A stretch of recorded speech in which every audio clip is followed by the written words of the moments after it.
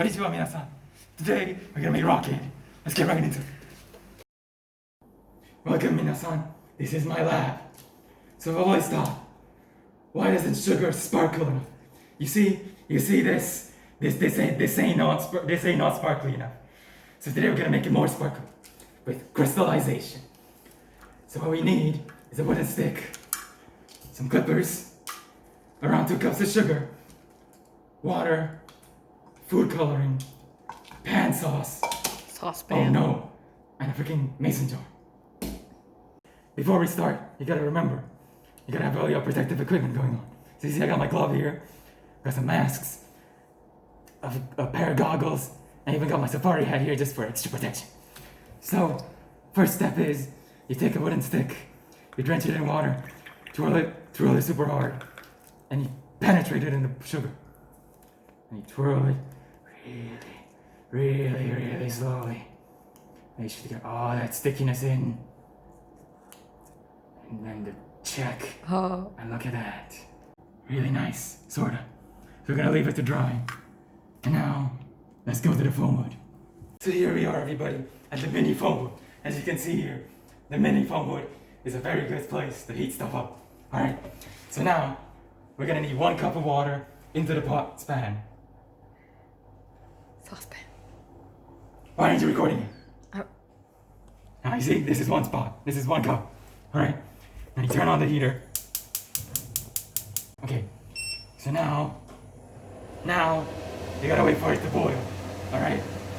Now, there's ants on my feet, and the water's almost boiling. As you can see here, it's basically simmering. So now, we slowly put in sugar.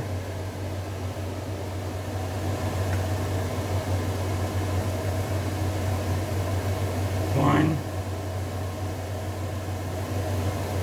2,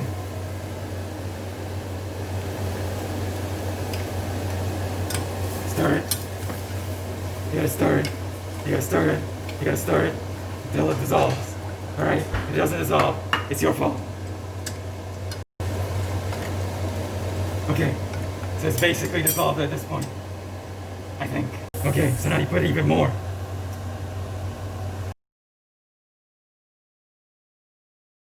So you see, I put all the sugar in, and we're basically at its last points. Just gotta stir it, and stir it, and stir it, and put another spoon in. Stir it again. Stir it till it really dissolves. Ooh, this is really hard work. Really hard work, you know. That's why I got the hat. You see this hat? It's supposed to help with the heat. Stop showing me this one.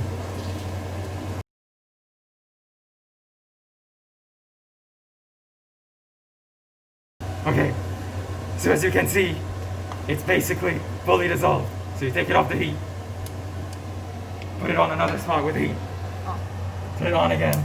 No, don't do this actually, this is a stupid idea. Okay, let's move on to the next step.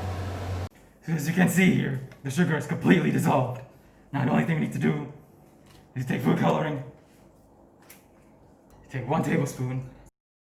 It's a lot, yes, I know, but it's a price to pay for science. You put it in,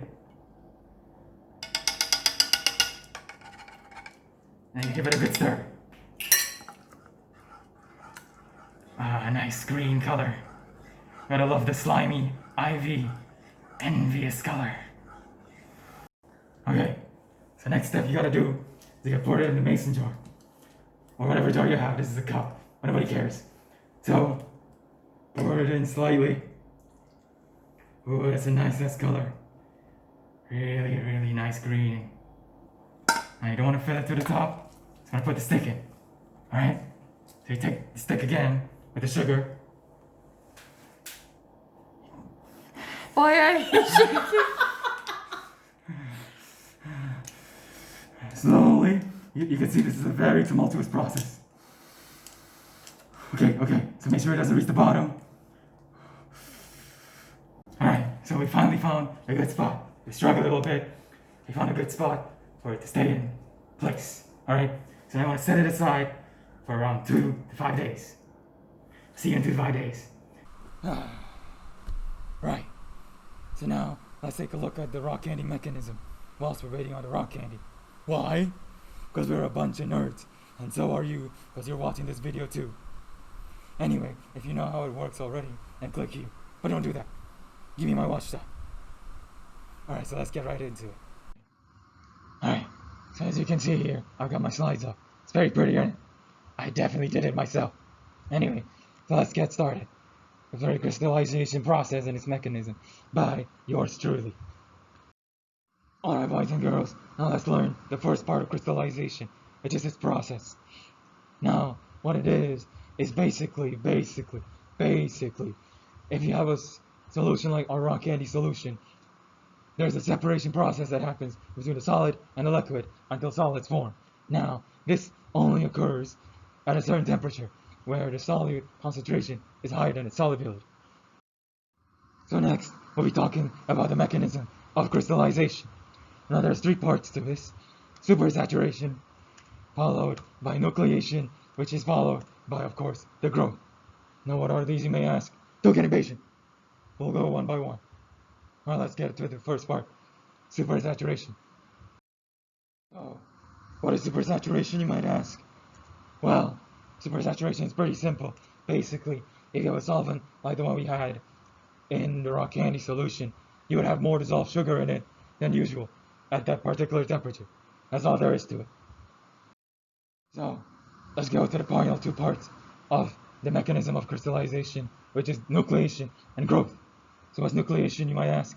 Nucleation is, as you can see in the picture, some small little molecules, they pop up, they get birthed, and they associate into clusters, which grows into what we call a lattice, which grows into crystals. And after that, they will go into the crystal growth phase, where it becomes as big as the crown. Well, basically, it becomes bigger. Okay, so there's a little bit more of the mechanism that I'm going to share with you here. Basically, if you want to crystallize a solution, it has to be supersaturated, and there's degrees to it. At low supersaturation, the crystals, they'll grow way more than the nucleation phase, which means there will be more crystal sizes, or bigger crystal sizes, to be exact. And with that, at high supersaturation, the opposite happens. Now with everything as good as the rock candy looks, right, there's advantages and disadvantages. Now let's take a look at them. First, let's take a look at the advantages, and one of them is that each of the steps of the crystallization process has a high purification. So basically, the crystals that you get will have high purity. Next, it produces solid phase, so that means that you'll be able to package it well and sell it really, really easily. And of course, with that, it's also economical, considering it is very easy to do and easy to sell. So now, let's take a look at the disadvantages. And number one, you can find impurities in the solution. Now this is not practical, obviously, because you would have to clean out impurities before actually getting a higher purification. And finally, the yield is limited, because it is dependent on the equilibrium of the phases, which means if it's not currently steady, yields can be limited. And so we're back. It's been 4 days, and as you can see, my rock candy's crystallized. Yes, it was very nice, doesn't it? Give it a little twirl. I also added another stick, just so that it might work even better. You can wait another few weeks, but ain't nobody got time for that. Alright, so now all you have to do is drain out the solution and let it dry. So let's get to it. Alright, so now let's just drain the solution very slowly, or you're gonna mess it up very badly.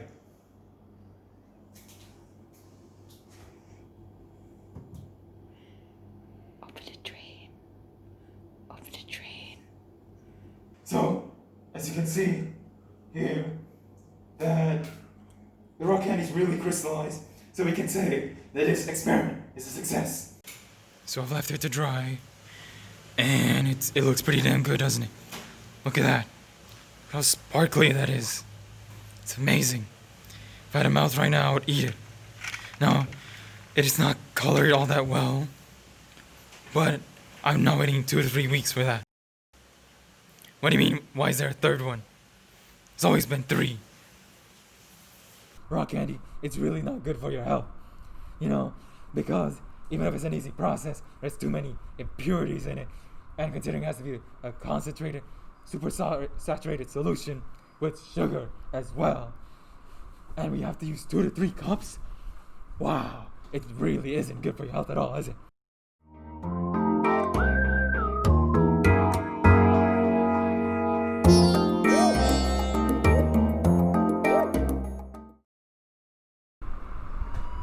Do you hear that? It's the fifth police. Run! Run, they're catching us!